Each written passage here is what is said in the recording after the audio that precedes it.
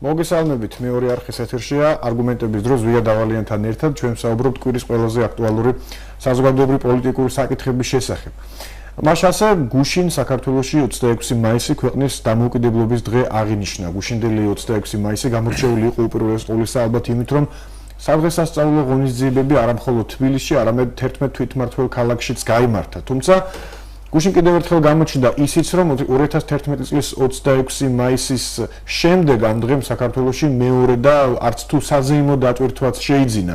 გუშინ რუსთაველის გამზირზე შეიკრიბნენ კოალიცია ერთიანი ოპოზიციისა და სახალხო კრების წევრები და კიდევ ერთხელ გაიხსენეს 3 წლის წინანდელი მოვლენები.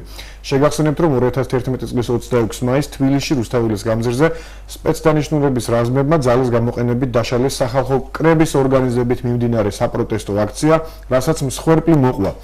2 წლის შემდეგ კი უკვე ქართული ოცნების ხელისუფლებაში ყოფნის დროს 26 მაისს გახორციელებული ოპერაციის გამო საქართველოს ყოფილ შინაგან საქმეთა მინისტრს ვანო მერაბიშვილს 4 წელი და 6 თვე პატიმრობა შეეფარდა. გასული კვირა განსაკუთრებით საინტერესო და მოვლენებით დიდარი იყო საერთაშორისო პოლიტიკური კუთხით. პირველ რიგში აქ მინდა აღნიშნო ევროპარლამენტის არჩევნები 22-დან 25 მაისამდე ევროკავშირის 28 ქვეყანამ ევროპარლამენტის 751 დეპუტატი აირჩია.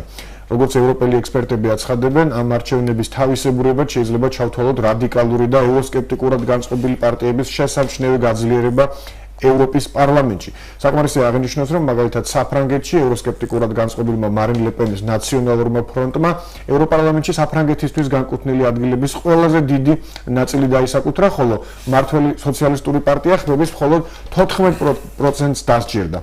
და გასული კვირის კიდევ ერთი ძალიან მნიშვნელოვანი არჩევნები ამჯერად უკრაინაში. შეგახსენებთ, რომ საპრეზიდენტო არჩევნები უკრაინაში 25 მაისს გაიმართა და მისი შედეგები უკვე ცნობილია. უკრაინის მეოთხე პრეზიდენტი მილიარდერი პეტრო პოროშენკო იქნება.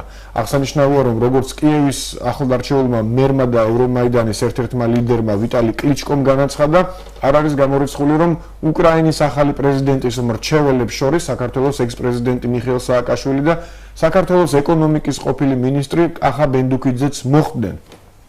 აი ეს იყო ის თემები, რომლებზეც მინდოდა თქვენი ყურადღების მიქცევა ჩვენი საუბრის დასაწყისში. სწორედ ამ თემებზე ვისაუბრებთ ჩვენ დღეს არგუმენტების დროში და შევეცდებით მიმოვიხილოთ კვირის სხვა მნიშვნელოვანი მოვლენები. გადაცემის პირველ ნაწილში ჩვენ ვისაუბრებთ 26 მაისის შესახებ, მეორე ნაწილს დაუთმობთ ევროპარლამენტის არჩევნებს, ხოლო მესამე ბლოკში ვისაუბრებთ უკრაინაში მიმდინარე მოვლენების შესახებ. რაც შეეხება ჩვენ სტუმრებს, გადაცემის პირველ ბლოკში ჩვენი სტუმარი იქნება ბურჯანაძე ერთიანი ოპოზიციის ერთ-ერთი ლიდერი, 26 მაისის ერთ-ერთი ორგანიზატორი ბატონი შალვა ოგბაიძე, მეორე ბლოკში ექსპერტები ლევან ბოძაშვილი და კობა კუპრაშვილი, ხოლო მესამე ბლოკში პოლიტოლოგები ნიკა ჩიტაძე და ბაქარ ბერეკაშვილი. მაშასე ჩვენი პირველი თემა არის 26 მაისი, დღე რომელმაც გარდა დამოუკიდებლობის დღესასწაულისა, როგორც უკვე აღნიშნეთ, 2011 წლის შემდეგ საქართველოში სხვა და სრულიად არასაზეიმო დატვირთვაც შეიძინა. რა მოხდა 2011 წლის 26 მაისს, რატომ დაიღვარა სისხლი და ვისზეა მთავარი პასუხისმგებლობა, რამდენად ამომწურავად გასცა პასუხი ყველა კითხვას გამოძიებამ და დაისაჯა თუ არა კანონის მთელი სიმკაცრით ყველა დამნაშავე. რას ნიშნავს სამართლიანობის აღდგენა არასაპარლამენტო ოპოზიციის აზრით და როგორ უნდა გავიგოთ გახშირებული ფიზიკური ანგარიშწორების ფაქტები ყოფილი ხელისუფლების წევრების მიმართ. სწორედ ამ საკითხებზე ვისაუბრებთ ჩვენ მომდევნო ნახევარი საათის განმავლობაში. ჩვენი სტუმარი კი, როგორც უკვე გითხარით, იქნება ბურჯანაძე ერთიანი ოპოზიციის ერთ-ერთი ლიდერი ბატონი შალვა ოგბაიძე. ბატონ შალვა, მოგესალმებით, დიდი მადლობა პირველ რიგში მობრძანებისთვის. ვიდრე საუბარს დავიწყებდეთ, მინდა მაყურებელს მოუწოდოთ ტრადიციულად აქტიურობისკენ Facebook-ში, იაქტიურად მოვწერეთ თქვენი კითხვები და ჩვენმა აუცილებლად დავუსვამთ თქვენთვის ასურვალ სტუმარს. მოგესალმებით ბატონო ზვია და მივესალმები მეორე არხის ამარჩეულებრივი გადაცემის არგუმენტების დროს მსმენელს და მაყურებელს. ცით თქვენ სწორად აღნიშნეთ, რომ 26 მაისი რაღაც ესეთი ორლესული ხანჯალივით არის რა თქმა უნდა დამოუკიდებლობის აღდგენის დღე, ხოლო სააკაშვილის რეჟიმმა მე ხას გასმითობებ ამას და არა ხელისუფლება მოახერხა ის, რომ ეს არაჩვეულებრივი თარიღი მართლა სისხლით შეეფერა და საქართველოს უახლეს ისტორიაში ერთი სისხლიანი ფურცელი ჩაეწერა. თუ ხოლო თქვენ შეკითხვაზე თუ რას ველით ჩვენ შემდგომში, ჩვენ აღარ აგვაქვს ხელი ნაციონალურ მოძრაობასთან. ნაციონალური მოძრაობა ქართულმა ხალხმა, როგორც რეჟიმი 1 ოქტომბრის შემდეგ პოლიტიკურ მოუსავლეთში გაისტუმრა, თუმცა ნაწილობრივ ისევ და ისევ ახალი ხელისუფლების მე ვიტყოდი უნიათობის და უსუსურობის გამო იმ თვალსაზრისით რომ ის თანაფარდობა პოლიტიკური მოუსავლელეთი რას ნიშნავს თქვენთვის ანუ პარლამენტში 40% ეს მოგახსენე მე ვთქვი ნაწილობრივ ეს იყო სურვილი მაგრამ რეალურად პოლიტიკურ მოუსავლეთში ანუ მე მხედველობაში მაქვს ის რომ ეს უნდა შეფასებული იყო როგორც რეჟიმი უნდა მიცემოდა შეფასება როგორც რეჟიმს როგორც სისტემას რომელიც კლავდა ხალხს ხოცავდა ხალხს ართმევდა ქონებას აწამებდა ციხეები გადაავსო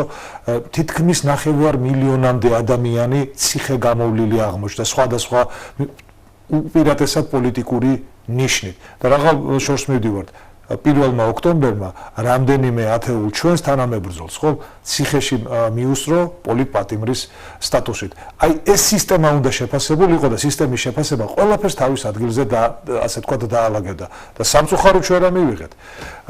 გულზახელი დავიდო თქვენ პროფესიონალი ჟურნალისტი ბრძანდებით ბატონზეა და გუწველა თქვა 2012 წლის 1 ოქტომბრამდე სიტყვა კოჰაბიტაცია რამდენჯერ გაგიგიათ თქვენ. მე მგონი კროსვორდშიც კი არ შეხვედრია არ ხმარობდით არ იყო დამკვიდრებული ჩვენ ყოფა ცხოვრებაში და კოჰაბიტაცია ხო ეს როგორ იცით ლამაზი სიტყვით ვუალირება გაუკეთეს იმ საშინელ პროცესს რასაც ერთმა ნამოსრებულმა მომხმარებელმა ინტერნეტ სივრცეში დაწერა რომ კოჰაბიტაცია ესო ძველი შუმერული სიტყვაო და სულხასაბას განმარტებით ქართულად ნაციონალების წყალებში გაправებას ნიშნავს. ანუ მათთვის ყველაფრის პატიებას ნიშნავს პრაქტიკულად. კოჰაბიტაციასთან დაკავშირებით და სანართიანობის აღდგენასთან დაკავშირებით მოდი ცოტა მოგვიანებით ვიპასუხოთ.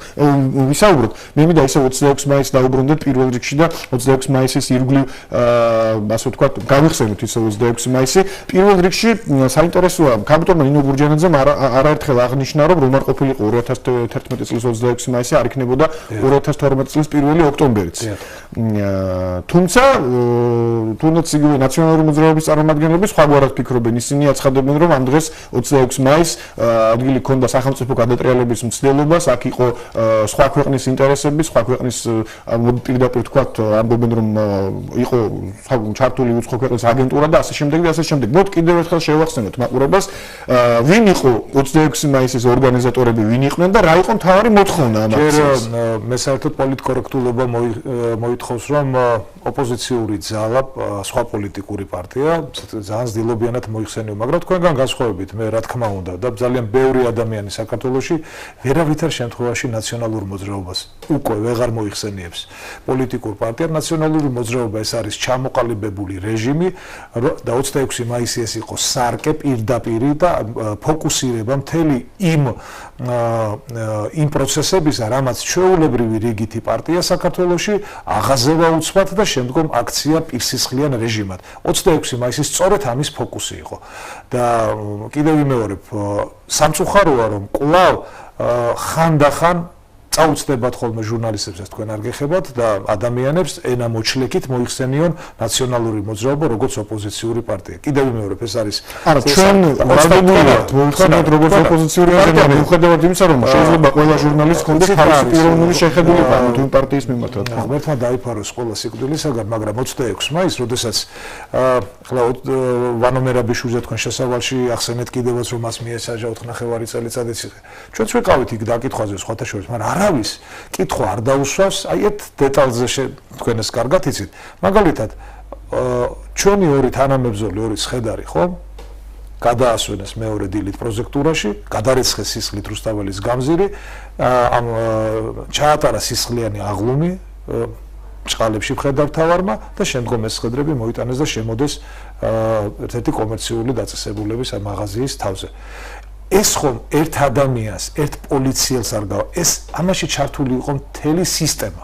ამიტომ აქ ხშირად ვამბობთ, რომ ეს სისტემა გადაიქცა რეჟიმად, პირსისხლიან რეჟიმად, იმიტომ რომ ეს ყოფილიყო ერთი ადამიანის გადაცდომა, ის ერთი კონკრეტული ადამიანი აგებდა. ამიტომ სამწუხარო ის არის, რომ ნაციონალურ ოცნებამ ხომ ვერ გაბედა გაეტარებინა მკვეთრი რეფორმა 1 ოქტომბრის შემდგომ და ისეთი სასამართლო ხელისუფლება ყოლოდა რომლისთვისაც ძველი ხელისუფალი, ახალი ხელისუფალი, დღევანდელი ხელისუფალი, დამნაშავე ყველა იქნებოდა თანაბარი კანონის წინაშე და სწორედ ამიტომ არის რომ დაუსჯელი დანაშაული როგორც წესი ბადებს ახალ დანაშაულს, იმიტომ რომ დაუსჯელი დანაშაული გადამდებია და ყველა ადამიანს უწდება ასე ვთქვათ განცდა რომ რაღაც მიზეზის გამო მას შეიძლება ეპატიოს. აი მაგალითისათვის თქვენ წაღან ახსენეთ დღევანდელი სამწუხარო ფაქტი, მე რა თქმა უნდა ძალადობას გმობ და არც ერთ ადამიანში არ ზის მას უხაროდოს მეორე ადამიანის გალახვა და მას რომ სისხლის დის.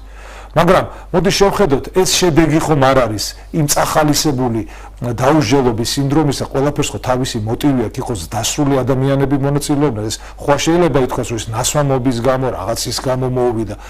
დასრულ ადამიანს, როდესაც ესე მოსდის, ხომ აუცილებლად მას აქვს მოტივი, რის გამოც ის ამ გადაცდომას ან დანაშაულს, ეს ჩვენი საქმე არ არის, ამაზე სასამართლო იმსჯელობს, მას ეს მოსდის. ამიტომ დროზე რომ ყოფილიყო შეფასება, დროზე რომ დასჯილიყვნენ 26 მაისის შემოქმედნი სწორედ იმ ჩადენილი ძალის გადამეტებისთვის კი არა, ძალის გადამეტებას კიდევ რბილი ნათქვამია, ეს იყო სადამსჯელო ოპერაცია.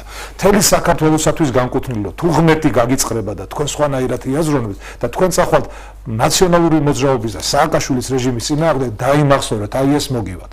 ეს იყო სადამსჯელო ოპერაცია, როდესაც 9 აპრილს 1999 წლის 9 აპრილს როდიონოვმა ცეკი გასასვლელები, გარკვეული გასასვლელები დატოვა და ეს მსხვერპლი შეიძლება გაცილებით ამის გამო ანუ არაპროფესიონალურად ჩატარებული აი ამ ოპერაციის გამო ანუ არავითარ შემთხვევაში ეს არ არის არაპროფესიონალი ნიშნავს მერაბიშვილის გამო ეს იყო დაგეგმილი სადამსჯელო ოპერაცია, როდესაც არც ერთ ადამიანს ჩვენ ეს ინფორმაცია როგორ იქ როცა ტრიალებ შენ გინდა ყველა კუთხიდან ღებულობ ინფორმაციას, ხო? არც ერთი გასასვლელი რუსთაველი ქუჩა, რომელიც ერწყმოდა რუსთაველის ქუჩას, ხო? ეს ფუცელაძის ქუჩა იქნებოდა ზემოთ. ამის შესახებ პროკურატურის მოსაზრებით ანუ არ იყო დატოვებული გასასვლელი ადამიანების აბა რომელ ოპერაციის ჩავარდნაზეა საუბარი? ეს არის სადავო ამბობს რომ სწორედ ამისთვის და კიდევ ძალის გადამეტების გამოვლენისთვის მიუსაჯა ვანო მერაბიშვილს თავიდან 6 წელი შემდეგ ბოდიში დახოცილი ადამიანები შემდგომ ფაბრიკაცია მე რამე კითხოთ რომ ანუ თქვენი აზრით ამ საქმის გამოძიება ბოლომდე არ არის ჩვენ ქვეყანაში სადაც ესე იგი ჩანაწერი ხომ შეფასება პოლიტპატიმარი გაჩნდა მაგრამ რატომღაც ხომ ეს პოლიტპატიმრის სტატუსი ციდან შემთხვევით ხომ არ ვარდება ვიღაცამ ეს ადამიანები ხომ აქცია მე ვხედველობაში ვარ მხოლოდ იმ ადამიანებზე რომლებიც 26 მაისის შემდგომ იქნა დაჭერილები იქამდე რამდენი იყო საერთოდ აი ამის გამოძიება მოხდა რაღა შორს მივდივართ მაგალითად 3 კვირის წინ იყო ხომ ეს ჩანაწერები რომ გავიდა დაახლოებით მე თვითონ მაგ შეტანილი პროკურატურაში 2012 წლის მერე 1 ოქტომბრის შემდგომ მთელი ასე ვთქვათ ჩამოყალიბებული განცხადებაში მთელი ის თავგადასავლი რაც მე და ჩემს ოჯახს გადახდა ნუ სხვადასხვა ასე ვთქვათ უკეთურობის გამო ნაციონალური რეჟიმის მხრიდან ზდილობის გამოც არავის არ დაუძახივა და იქ მე ნახსენები მაქვს რომ მე მისმენდნენ აი სწორედ იმის გამო რომ არც ერთხელ ზდილობის გამო დაკითხული არ ვარ აღმოჩნდა ეს ჩემთვის მართლა აი ძალიან სამწუხარო აღმოჩენა იყო რომ ის ჩანაწერი რომელიც მოვისმინე 3 კვირის წინ ეს არის შედარებით ახალი შარშან დაახლოებით აგვისტო-სექტემბრის საუბარი აქ საუბარი არ არის რაზე საუბრობ საუბარი ამაზე რომ კიდევ მისმენს ვიღაცა ანუ ხდება ჩემს ცხოვრებაში ესე თქო უხეში და ყველაფერს თავი გავანებოთ ეს არის მე ხო წარმოვადგენ პოლიტიკურ მოძრაობას ხო ამის გამო სხვათა შორის ერთ-ერთი წარმატებული პრეზიდენტი ხო ნიქსონი გადადგა გვახსოვს Watergate-ის სკანდალი ძველი თუ ახალი ხელისუფლება ხშირად ამბობს რომ ის ბაძავს და ის ასე ვთქვათ ედრება სწორედ მიდის დასავლური და ამერიკული ფასეულობებისაკენ ხო ერთ ჩინოვნიკი მაინც ძდილობის გამო გადამდგარიყო ან აიღო პასუხისგებლობა და უფრო უარესი მოხდა როდესაც ხელისუფლება აბრალებს ხელისუფლებაში არ მყოფ ძალას, რომ ის უსმენს უშიშროების მდივანს და თავდაცვის მინისტრს. ძალიან ბევრ საკითხს შევხედეთ და ძალიან ცოტა დრო გვაქვს. თქვენს ნებართვით მე ისე მინდა რომ დაუბრუნდეთ 26 მაისის საქმეს. გასაგებია რომ თქვენ არ ახართ კმაყოფილი, ანუ გამოძიებით და მიგაჩნიათ რომ კიდევ უნდა დასჯილიყო, ალბათ ადამიანები. რა არის ის დაჟა არ არის თვითმიზანი. საუბარი ანუ სამართლიანობის აღდგენაზე. ანუ თქვენ მიგახსენებთ რომ სამართლიანობა 26 მაისის ეპიზოდთან დაკავშირებით არ აღდგება. რა თქმა უნდა. გასაგებია. მე მინდა კითხოთ სხვათა შორის ეს კითხვა ყოველთვის აქტუალურია აი ამ 3 წლის განმავლობაში ამერიკის საელჩოს პოზიციასთან დაკავშირებით, რომელიც მაშინ საზოგადოებამ საკმაოდ არაერთგვაროვნად აღიქვა, გვახსოვს 25 მაისს მაშინდელი ელჩის ჯონ ბასის განცხადება, რომელიც ყოველ შემთხვევაში საზოგადოების ერთმა ნაწილმა აღიქვა როგორც ერთგვარი მწვანე შუქი აქციის დასაშლელად. თქვენ როგორ ფიქრობთ, როგორ შეაფასებთ აი ამ განცხადებას? არა მარტო ჯონ ბასი, საერთოდ ძალიან ბევრი ესეთი სხვა ბევრი არასამთავრობო ან ფსევდო არასამთავრობო ორგანიზაცია ცდილობდა გამართლებას, კიდევ ერთხელ მომიტევეთ სლენგისათვის, გაправებას ნაციონალური მოძრაობის რეჟიმის და აი მოქმედების 26 მაისს მოხდა. ანუ ჯონ ბასი აправებდა, თუ შეიძლება ასე ითქვას, 26 მაისის დარღვევას. თქვენ შეკითხვაში უკვე ეს აქცენტი დაისვა, რომ იყო თუ არა ეს იცი რა ხალხი ამბობს და უკვე ფაქტია, რომ ძალიან ბევრმა ეს აღიქვა როგორც ესე ვთქვათ, მწვანე შუქის ანთებად ნაციონალური მოძრაობისათვის და მათი ხელისუფლებაში უფრო ასე ვთქვათ, გავიხსენოთ 2007 წლის 7 ნოემბერი. აი 7 ნოემბრიდან დაწყებული, მას შემდეგ რაც სააკაშვილი ესე იგი როგორ მოიგვარჩევნები ეს ყველამ კარგად იცის, დაწყებული იმ დღიდან ნაციონალურ მოძრაობას თუ ოდნავ პატარა, ასე ვთქვათ, მუხრუჭი ქონდა ადამიანებთან, საზოგადოებასთან, მედიასთან ურთიერთობაში, ამის შემდეგ ეს ყველაფერი მოიშალა და ამის მწვერვალი იყო 26 მაისი სწორედ და სამწუხაროდ ეს არ მოხდებოდა საერთაშორისო თანამეგობრობის შემთხვევაში წამოების რომ 7 ნოემბერს 26 მაისისგან განსხვავებით თქვენი მოძრაობის პოლიტიკური მოძრაობის ლიდერი ჯერ კიდევ ხელისუფლებაში იმყოფებოდა. არა, ხელისუფლებაში იმყოფებოდა, გეთანხმებით, მაგრამ მე ვამაყობ იმ გადაწყვეტილებით, რაც მიიღო ქალბატონმა ნინომ, ამ ყველაფერი გააკეთა რომ თავიდან აეცილებინა 2007 წლის 7 ნოემბერი და რომ არა ქალბატონ ნინოს ბრძანება რომ გაეხსნათ კარები, ეს პატარა დეტალია, მაგრამ მეტად მნიშვნელოვანი, სხერფლი გაცილებით მეტი იქნებოდა და სხვათა შორის ქალბატონ ნინოს პასუხი ამ ყველაფერზე გახლდათ ის, როდესაც ის გადადგა საერთოდ და გაემიჯნა ამ ყველა ადამიანს, ხო, ირჩევს თავის გზას.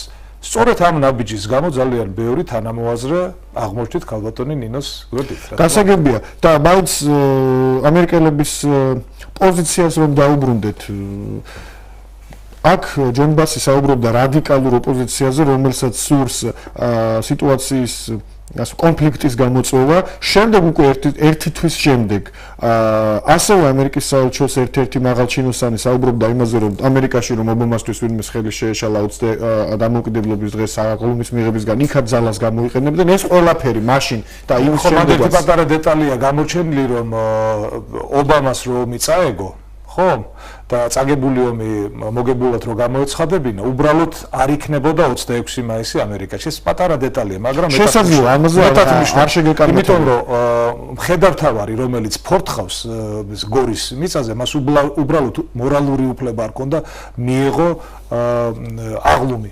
ეს დღესაც მაგაზე არის უამრავი ადამიანი, უბრალოდ მორალური უფლება არ ქონდა მას მიიღო გორში მიწაზე ფორთხავ მთავარსარდალს ბრავირება მოეხდინა თავისი უძლეველობის და რომელმაც წაგებული ომი მოგებულად გამოუცხადა მთელს ქვეყანას და რა კონცერტი ჩაატარა, როდესაც ჩვენი მებრძოლების სხედრები სამწუხაროდ კვლავ გადმოსასვენებელი იყო. ანუ თქვენ თვლით რომ თქვენ გქონდათ მორალური უფლება რომ დაუშვათ მაშინ ჩვენ, არამედ ჩვენ არ დაგეშვა სახალხო კრება რომელიც შეგვიჩაღდა, ასე ვთქვათ, სააკაშვილისთვის მიიღო აღლუმი. რა თქმა უნდა, ეს ჩვენი ნება და ასე და ამ ნებას გამოხატავდა უამრავი ადამიანი, თქვენ გახსოვთ, როდის დაიწყო 2009 წელს საერთოდ ოპოზიციური გამოსვლები, იცით რა რეპრესიები ერთი დოლაბის ქვარ დატრიალებულა თითოეული ჩვენი თანამებრძოლის თავზე თორე რა რეპრესიები გადაიტანეს, ამ შემდგომ ეს გაგრძელდა 26 უკვე მაისის აქციებით, როდესაც პირდაპირ ნადირობად წავიდა, როდესაც აი ესეთი გამოცხადებული ნადირობის სეზონი გაიხსნა ჩვენს წევრებზე, მე შეგახსენებთ ეს 15 მაისიდან უკვე ღიად მოტაცება, აი მაგალითად ბესო დანელია დღეს მუხიანში ჩვენი მაჟორიტარი კანდიდატი. თავისი მეუღლის და შვილების თვალწინ ორივე ფეხში რო გადაამტრიეს და მოუცნობა ფორმირების სტრუქტურამ ჩატენეს მანქანაში, გადაამტრიეს სრულიად სიტყვით მნიშვნელობით ძვლებში. აი ესეთი ნადირობა დაიწყო პირდაპირ უკვე ჩასაფრებული ჩვენს ოფისებთან. ამიტომ ეს 26 მაისი ეს ერთ დღეს არ მოხდა, ეს ნელ-ნელა დაიწყო და მანდ იყო ჩართული მთელი ვანო მერაბიშვილის ფანტაზია, თავისი შავი პიარით, თავისი რაღაც ის ორივე შეგახსენეთ 2009 წლის აქციები რო დაიწყო შავთეთრი კადრები ვითომ გადატრიალებისთვის ემზადებოდა ქართველი ხალხი ვითომ იარაღდებოდა და მაშინ ჩვენს თანამებრძოლებს იარაღი და ტანკსაწინააღმდეგო ყუმბარტყოცნები ლამის ბავშვის საძინებელ ოთახში რო აღმოუჩინეს. ეს სპექტაკლი ხო ეს ვანო მერაბიშვილი იყო შეყვარებული აი ამ ვანო მერაბიშვილი pictures ეს უძახის ხალხი მის მოგონებულ კადრებს და ნუ რაღაც გარკვეული პერიოდი მაშინ იმუშავა, მაგრამ მე უკვე მისი მოსატყუებელი სიბრძნის კვილი უკვე ჩვენმა ხალხმა გასაგებია, თუმცა ხელისუფლება 2012 წლის ოქტომბერში ხელისუფლება შეიცვალა, მთავრობა შეიცვალა და ვანო მერაბიშვილი დღეს ციხეშია. ვანო მერაბიშვილის ხალხის რისხვას არის გარიდებული, მე ვიტყვი რომ ის ღმერთს უნდა უმადლდეს რომ ეხლა იგი დაცულ ადგილზე ზის, იმიტომ რომ არავის არ აქვს გარანტია რომ ადამიანები, რომელსაც ვანო მერაბიშვილის უშუალო ბრძანებით ოჯახის წევრები უწამეს და დაუხოცეს. მარტო თეთრაძის ამბავი რო გავიგე, ერთი ადამიანიც კი სამხედრო პირი, როგორი წამებით მოკლეს, ხო? რამდენი ასეთი ადამიანია, რამდენი ადამიანია ქუჩაში, ეხლა აღარ მინდა რომ შევაწუხო ამ გარდაცვლილებისული გირგულიანის საქმე ავიღოთ, ბუტარობაქიძის საქმე ავიღოთ, რამდენი ასეთი ახალგაზრდა იყო დაღუპული, აი მხოლოდ იმის გამო რომ ისინი არ ეპუებოდნენ რეჟიმს და ისინი ესე იგი ეწინააღმდეგებოდნენ ამ რეჟიმს. საკმა აი წარმოიდგინეთ როგორი წამებით მოკლეს გირგულიანი, რამდენი ასეთი ადამიანია რომელსაც ერთ ღამეს გაიღვიძეს და სრული გაუჩნდათ რომ თავისი ქონება ნებაყოფლობით ხელისუფლებისათვის ეჩუქებინათ, რამდენი ადამიანია რომელსაც უცბად გაუჩნდათ სურვილი რომ აეღოთ კრედიტი და 20 ჯიპი ეყიდათ რომელიმე ძალოვანი სტრუქტურული ქვედანაყოფისათვის. ასეთი ადამიანებისგან განარიდეს მერაბიშვილი მეთვლი რომ მისთვის ახლა კარგია რომ იქ ზის მისივე ჯანმრთელობისათვის და მისი სიცოცხლისათვის. გულწრფელად ვამბობ ამას, იმიტომ რომ თქვენ თვლით რომ დაუშვათ იგივე გარეთ მყოფი ნაციონალური მოძრაობის წევრებისთვის ან წინა ხელისუფლების მაღალჩინოსნებისთვის არსებობს იმის საფრთხე რომ ჩვენი შესაძლოა დაუშვათ ადამიანებმა მისი წესითაც მოიგონონ ჩვენი საუბრის დასაწყისში აღვნიშნეთ რომ არსებობს საერთოდ ნებისმიერ გადაცდომას ან დანაშაულს, ხომ? ეს შეფასება სხვისთვის მიმინდვია და სასამართლოსთვის, ხომ? არსებობს გარკვეული მოტივი. ჩვენ გავიგოთ რა ამოძრავებს ამა თუ იმ ადამიანს, როდესაც მეორე ადამიანს ფიზიკურად უსწორდება, ხო?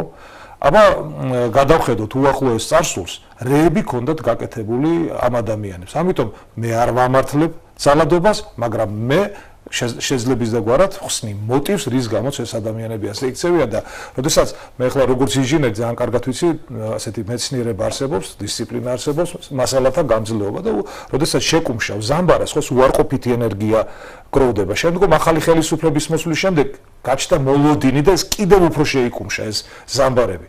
და ამ ზამბარებს უკვე ამდენი ხანი იწყება ამ ზამბარების უარყოფითი ენერგიის, ასე ვთქვათ, გამოვლინება სხვადასხვა ცუდი ფორმით. ეს არ არის კარგი და ამის ერთადერთი წამალი არის ხელისუფლების გაბედულება, რომ მან სამართალი აღადგინოს, მართლმსაჯულება აღადგინოს, სამართალმა თავისი სიტყვა უნდა თქვას, თუმცა აქვე დავძენო ამისი რესურსი უფრო და უფრო ნაკლები რჩება ამ ხელისუფლებას. მე ვიტყოდი რომ წეღან ვახსენეთ ჩემი მოსმენა, ხო? მე როგორც ხედავ პროკურატურა ემზადება რაღაც განცხადების გაკეთებისათვის, ხო? მეც ფიგურირებ, ხო, უკანონო მოსმენებში. ზრდილობის გამო ვიღაცას ხომ უნდა დაეძახა ჩემთვის, რომ შალვა იქნებ ეს შენი ხმა, აი შენი სურათი ხატია, აი მართლა შენ საუბრობ, არ საუბრობ. არაფერი ამ დაგვარი. ანუ ჩვენთვის, ხო, უკვე ეს უსამართლობა სამწუხაროდ, ხო, გრძელდება. მადლობა უფალს რომ ახლა აქედა რო გავალ ჩვენ მანქანებით არავინ არ გვიცდის, მაგრამ ამასაც ნურავინ ნუ დაგვაყვედრის, იმიტომ რომ ეს თითეული ჩვენთაგანის და თქვენი მათ შორის მედიის მონოპოვარია, ერთად ჩვენი მონოპოვარია და ამას დასაყვედრებელი ესე მართლა სული ამ სიტყვის მნიშვნელობით სისხლით მოპოვებული ეს ნაწილობრივი თავისუფლება მაინც, მაგრამ საარჩევნო გარემო, როდესაც ახლა არის აი შედის თავის პიკს უახლოვდება, ხო? აი დღესაც ჩართავ ტელევიზიის და ნახავთ რომ ნაციონალური მოძრაობა ოცნება ლამის ლაივში პირდაპირი გადაცემა ხდება ამა თუ იმ მაჟორიტარი დეპუტატის ან გამგებლის კანდიდატურის საყვანის და ამაში იყენებენ ყველაზე უდიდეს სამთავრობო რესურსს თუ შემოვინახოთ მე მაინტერესებს თქვენი აზრი კიდევ ერთ თემასთან დაკავშირებით გასაგებია თქვენი პარტიის და მოძრაობის მოსაზრება რომ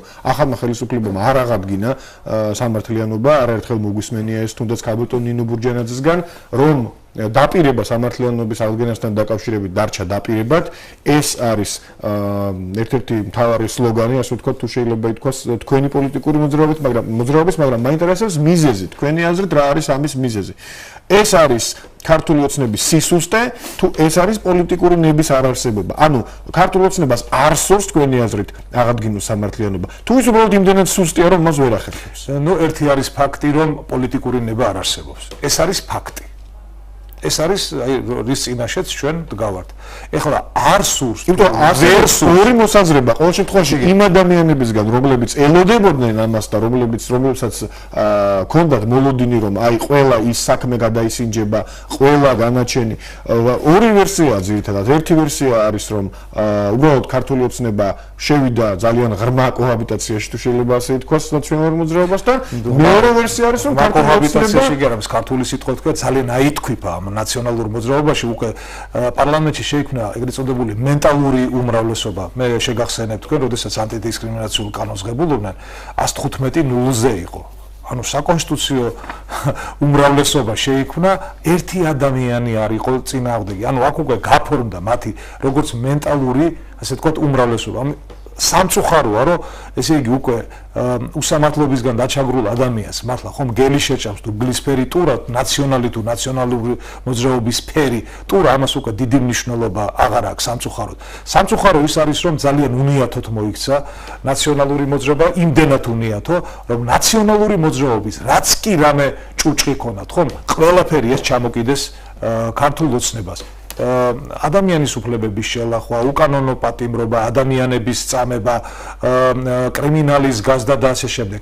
იმდენად უსუსური აღმოჩნდა, რომ საკადრის პასუხს მე მხედველობაში მაქვს სამართლებრივად საკადრის პასუხს. ამის ერთადერთი წამალი იყო პოლიტიკური ნება და გაბედულება, რომ მათ გადაედგათ გაბედული ნაბიჯები 1 ოქტომბრის შემდგომ შეექმნათ მართლაც და მე თქვენ გეტყვით რა საქართველოში არ ყავს პატიოსანი და გამოცდილი იურისტები თუ რა შექმნილიყო მართლა დამოუკიდებელი და არა ნაციონალური მოძრაობის ნარჩენი სასამართლო ხელისუფლება რომლის შედეგებსაც დღესაც არათუ ოცნება თითოეული ჩვენთაგანი და მთელი საზოგადოება იმკის სამწუხაროდ მაგრამ ჩვენ აუცილებლად ჩვენ მოვაწესრიგებთ თქვენ სამართლიანობა ახსენეთ სამართლიანობა და მოწესრიგება აი სულ ბოლოს ჩვენი საუბრის ბოლოს აუცილებლად არ შემიძლია არ კითხოთ არჩევნებთან დაკავშირებით თქვენს გეგმებთან დაკავშირებით გასაგებია თქვენი ძირითადი სლოგანი ძირითადი მესიჯი თქვენ საუბრობთ იმაზე თქვენ ნომერიც გეცოდინებათ ჩვენი ალბათ ხო?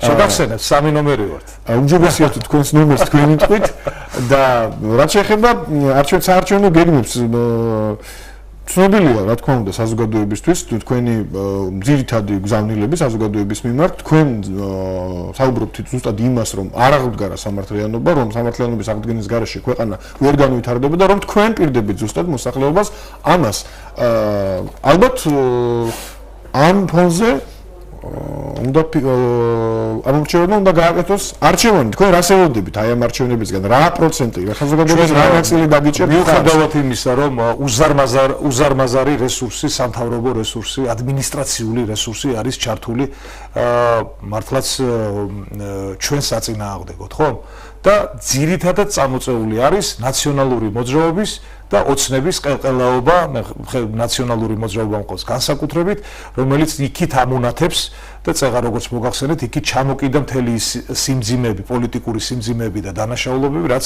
თვითონ ქონა ჩადენილი ქართულ ოცნებას ჩვენ დავდებ ძალიან სერიოზულ ჩვენ ყავს არაჩვეულებრივი ადამიანები რეგიონებში ქალაქებში სადაც ჩვენი კანდიდატურები არიან ჩვენს დედაქალაქში 25 მაჟორიტარი არაჩვეულებრივი ადამიანები რომელთაც გააჩნიათ თავისი პოლიტიკური წარსული ისინი არ არიან მოსული თქვათ უწარსულო ადამიანები, სუფთა ფურცლის მქონე, ესენი არიან ადამიანები, რომელთაც თავიანთ სეგმენტში, სექტორში, იმ ნაწილში, რომელ სფეროსაც ემსახურებიან, ეს იქნება სოციალური სფერო, ეს იქნება თქვათ ქალაქის არქიტექტურა, ეს იქნება ტრანსპორტი, ეს იქნება ინფრასტრუქტურა, ყველას თავისი სიტყვა აქვს ნათქვამი და ყველა და არის უაღრესად მაღალი პასუხისმგებლობის მქონე ინდექსის მქონე ადამიანი, პატიოსანი, გაბედული, რომელსაც ხელი არ აუკანკალდება ყველაზე მნიშვნელოვანი გადაწყვეტილების მიღებისათვის ადგილებზე კონკრეტული ქალაქისათვის.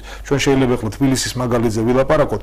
თბილისზე ხომ ახლა სლოგანები, ყოფილი თუ ახალი ხელისუფლების სლოგანები აჭრელებული არის, თქვათ იგივე საცობების თემით, იგივე სიტი პარკის თემით, დიდი ბოდიში, მაგრამ მათი გაკეთებული არ. ვინმე მივიდა და ხელიდან გამოგლიჯა, რომ ეს არ გააკეთონ, ვინ უშლის? დღეს აგერ ქალბატონმა ნინომ ჩაატარა ბურჯანაძემ პრესკონფერენცია გამახსენდა ნათქვამი, კი, მაგრამ იქადნებოდა მარგველაშვილი რომ 27 ოქტომბერს გასულ წელს დაამთავრებდა კოჰაბიტაციას. ეხლა ბატონმა ირაკლიმაც ბრძანა რომ დასრულდა. ვინმე უშლის მათ ან 27-ის მერე ვინმე მივიდა და ხელიდან გამოგლიჯა კოჰაბიტაცია არ გაეკეთებინა თუ რა კოჰაბიტაციას ქართული ანდაზაკავშირები სისუფთავისთვის კი არ უნდა იბრძოლო, არამედ უნდა დაგავო. აი თუ გაკეთება გინდა უნდა მოკიდო ხელი და ეს დაასრულო. გასაგებია, მაგრამ ხედავ რომ ეს ნება ძალიან ხაროთ მათ ძალიან ისეთი გულახდილი კითხვა მინდა დაგისვათ კოჰაბიტაციასთან და არჩევნებთან დაკავშირებით. ექსპერტების ნაწილი აცხადებს რომ ამ არჩევნებზე არასაპარლამენტო ოპოზიციისთვის წარმატება იქნება ისიც თუ კი არასაპარლამენტო ოპოზიცია შეძლებს რომ ქვეყნის ნომერ მეორე პოლიტიკური ძალის სტატუსი დაიკავოს თვითონ და შესაბამისად ნაციონალური მოძრაობა გადასწიოს შედარებით უკან. თქვენ როგორ ფიქრობთ? აი ეს შესაძლებელია თუ არა რომ მოხდეს რაც ამბობენ სხვები, მაგრამ შევარცხვინე ის მოჭიდავე, რომელიც ტატამზე გადის იმისთვის რომ მეორე ადგილის დაიკავოს. შევარცხვინე ის ავტომრბოლელი და მე თვითონ ავტომრბოლელი გასა რომ სტარტზე დავდგე და ვიოცნებო რომ მეორეზე გავიდე. როგორ გეკადრებათ? ჩვენი პოლიტიკური ერთობა ნინო ბურჯანაძე ერთიანი ოპოზიცია გახლავთ არაჩვეულებრივი ადამიანების კრებული, რომელსაც შეუძლია მეტად სერიოზული შედეგი აჩვენოს ამ არჩევნებზე. მიუხედავად იმისა, რომ მთელი სამთავრობო რესურსი გამოყენებული არის მართველი პარტიის მიერ, ჩვენ კიდევ ვიმეორებ აუცილებლად ვიბრძვით და ვიბრძოლეთ პირველი ადგილისათვის და ჩვენი მსმენელის მაყურებლის და ამორჩევლის დიდი მხარდაჭერა რომელიც გვაქვს და გვცნობთ ყოველდღიურ შეხვედრებში ჩემი კოლეგები მე თვითონ მაჟორიტარი ვარ საბურთალოს რაიონში უამრავ შეხვედრას აკეთებენ ყოველ დღე თითოეული ადამიანისგან ჩვენ ვღებულობთ დავალებას რა უნდა გავაკეთო და რა უნდა მოვაწესრიგოთ და ჩვენ ნომერი 3 პოლიტიკური ძალა ბურჯანაძე ერთიანი ოპოზიცია აუცილებლად მოვაწესრიგებთ როგორც თელ საქართველოს ასევე ჩვენს თბილისს